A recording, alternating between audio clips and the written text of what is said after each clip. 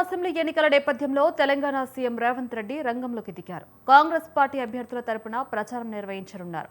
అక్కడ 2 రోజుల పాటు విస్తృతంగా ఎన్నికల ప్రచారం నిర్వహించనున్నారు. రేవంత్ రెడ్డిని కేరళం ఎన్నికల కోసం స్టార్ క్యాంపెయినర్ గా కాంగ్రెస్ పార్టీ నియమించిన విషయం విదితమే. రేవంత్ రెడ్డి ప్రచారం పార్టీకి కొత్త ఊపు తీసుకొస్తుందని నేతలు భావిస్తున్నారు.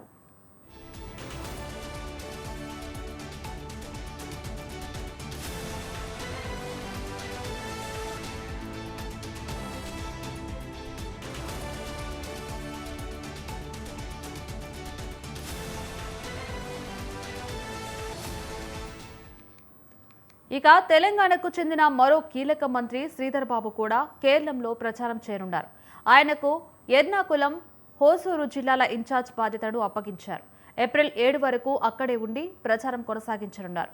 ఇప్పటికే రెవెన్యూ శాఖ మంత్రి పొంగులేటి శ్రీనివాసరెడ్డి కేరళంలో ప్రచారం ప్రారంభించారు. పదినంతిట్ట జిల్లాలోని ఆడూరు, ఆరున్మల నియోజకవర్గాల్లో ఆయన పార్టీ అభ్యర్థుల తరపున ప్రచారం చేస్తూ ఉన్నారు. ఆయన కూడా ఏప్రిల్ 7 వరకు అక్కడే ఉండనున్నారు.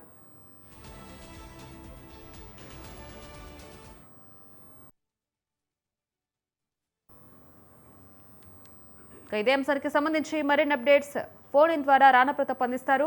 రాణా ప్రతాప్, ఇవాళ కేరళంలో త్రివేంద్రము, అలప్ప, అలాగే ఎర్నాకులంలో ఎన్నికల ప్రచారంలో ముఖ్యమంత్రి రేవంత్ రెడ్డి పాల్గొనబోతున్నారు. 9:30 గంటలకు వచ్చి ఎస్ఎం లాక్ జంక్షన్ నుంచి ముట్టతార వరకు జరిగే రోడ్ షోలో ఆయన పాల్గొనబోతున్నారు. మళ్ళీ అక్కడి నుంచి ఉదయం 11 గంటలకు త్రివేంద్రంలోనే భరత్నూర్ లో ఏర్పాటు చేసిన కార్నర్ మీటింగ్ కి ఆయన బహిరంగ సభలో అక్కడ మాట్లాడబోతారు. తర్వాత మధ్యాహ్నం 12 గంటలకి పూవాచల్ వద్ద కట్టక్కడ నుండి పూవాచల్ వెల్లండ్ వరకు రోడ్ షోలో ఆయన పాల్గొనబోతున్నారు. సో ఇది అయిపోయిన తర్వాత మళ్ళీ ఎగ్జాక్ట్ గా 4 గంటలకి అలప్పుకి వెళ్తారు. అలప్పులో అక్కడ కార్నర్ మీటింగ్ ఏర్పాటు చేశారు కాబట్టి అక్కడ ఆయన బహిరంగ సభలో మాట్లాడబోతున్నారు. ఇది అయిన తర్వాత ఆయన ఎర్నాకులం చేరుకోబోతున్నారు. సో ఇవాళ ఉదయం నుంచినే కూడా చాలా బిజీగా ఉంది సీఎం షెడ్యూల్. ఎందుకంటే చాలా మంది కేరళకు సంబంధించిన నాయకులందరూ కూడా ఎక్కువ నియోజకవర్గాల్లో పర్యటించాలంటే కూడా ఆయన అభ్యర్థించారు. ఎందుకంటే ఇప్పుడున్నటువంటి ఆయన షెడ్యూల్ ప్రకారం టైం తక్కువ ఉంది కాబట్టి అందుబాటులో ఉన్నటువంటి మెజార్టీ స్థానాల్లో కూడా ఆయన ప్రచారంలో పాల్గొనబోతున్నట్టుగా మనకు తెలుస్తుంది. దానికి సంబంధించిన షెడ్యూల్ కూడా వారు రిలీజ్ చేసినటువంటి నేపథ్యంలో ఏర్పడితే కేవలం ఒక ముఖ్యమంత్రి రేవంత్ రెడ్డితో మాత్రమే కాకుండా ఆల్రెడీ గత 2 రోజుల నుంచి కూడా సీతక్క అదే ఎర్నాకులం కానీ, త్రివేంద్రం కానీ, అలప్పు కానీ, తర్వాత తిరువనంతపురం కానీ ఇటువంటి ప్లేసెస్ లో ఆమె తమ ఎన్నికల ప్రచారాన్ని కొనసాగిస్తూనే ఉంది. ఎందుకంటే ఎక్కువగా కమ్యూనిజం భావాలను బట్టి ప్లేసెస్ లో సీతక్క ప్రచారం అనేది బాగా పనికొస్తుందనేసి కూడా కేరళ నాయకులు భావిస్తున్నారు. కాబట్టి దాని తగ్గట్టుగా ఆమె ప్రతి ఒక్కరితో కూడా మమేకం అవుతూ ప్రచారం బాధ్యతలు వేసుకున్నటువంటి నేపథ్యం. తర్వాత పొంగులేటి శ్రీనివాసరెడ్డి మొన్న నైటే కేరళకి వెళ్ళిపోయారు. సో నిన్నంతా కూడా ఆయన పొంగులేటి శ్రీనివాసరెడ్డి తన ప్రచారాన్ని అయితే ముమ్మరం చేశారు. ఎక్కువగా కొంచెం తెలుగు పీపుల్ ఉన్నటువంటి ఏరియాస్ ని ఆయన బాగా కవర్ చేస్తున్నారు. దాంతో పాటు ఎన్నికల సంబంధించిన సరళికి సంబంధించి పూర్తి డీటెయిల్స్ అంతా కూడా ఆయన అక్కడ ఉన్నటువంటి నేతలతో ఆయన మాట్లాడుతున్నారు. ఎప్పటికప్పుడు తమ వ్యూహాల్ని ఏ విధంగా మార్చుకోవాలన్న దాంట్లో కూడా. రాణా ప్రతాప్, అంటే రేవంత్ ప్రచారం పార్టీకి కొత్త ఊపు తీసుకొస్తుందని కూడా భావిస్తున్నారు నేతలు. ఇది ఎంతవరకు ముందుకెళ్లే అవకాశాలు ఉన్నాయి?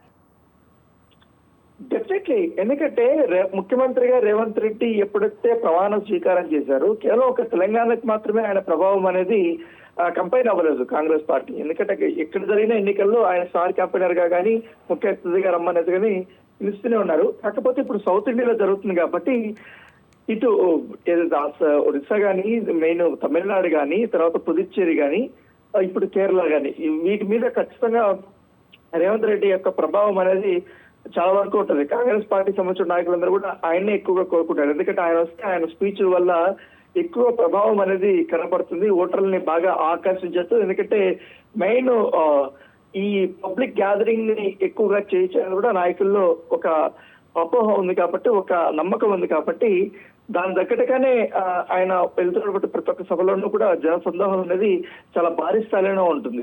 ఎందుకంటే ఇటీవల కాలంలో కూడా ఎక్కువ రేవంత్ రెడ్డికి సంబంధించినటువంటి అంశంలోనే ఎక్కువ నాయకులు ఎక్కడ ఎన్నికలు జరిగినా ఈయన్నే ప్రిఫర్ చేస్తున్నారు. ఎందుకంటే మొదటిగా అక్కడ ఉన్నట్టు పిసిసి వాళ్ళందరూ కూడా ఈయనకే ఆహ్వానాలు పంపుతారు. అదే అంశాన్ని కూడా అధిష్టానానికి కూడా పంపుతున్నారు. సో ఆయన పాపులారిటీ కూడా రోజు రోజుకు పెరుగుతుంది. దాంతోపాటు ప్రియాంక రాహుల్ గాంధీ కాదనేసి మొత్తం ఇండియాలో ఇప్పుడు కాంగ్రెస్ తరఫున రేవంత్ రెడ్డికి పాపులారిటీ పెరిగిందని కూడా ఇటీవల ఒక సర్వేలో కూడా ఆయనకు ఒక ర్యాంక్ కూడా వచ్చినటువంటి సంగతి మనం చూసాము. సో ఇప్పుడు కేరళలో కూడా ఆయన చాలా ప్రతిష్టాత్మకంగా తీసుకున్నారు. సో కేరళ అయిపోయిన తర్వాత మళ్ళీ నెక్స్ట్ తమిళనాడుకి వెళ్ళిపోతున్నారు. తమిళనాడులో తెలుగు ప్రజలు చాలా ఎక్కువ మంది ఉంటారు కాబట్టి ముఖ్యంగా రేవంత్ రెడ్డిని అభిమానించేటువంటి వారందరూ కూడా చాలా ఎక్కువ మంది ఉన్నారు. సో ఈ నేపథ్యంలో అక్కడ ఇంకా బాగా పనికొచ్చే అవకాశం ఉందని కూడా నాయకులు భావిస్తున్నారు. Right, thank you Rana Pratap.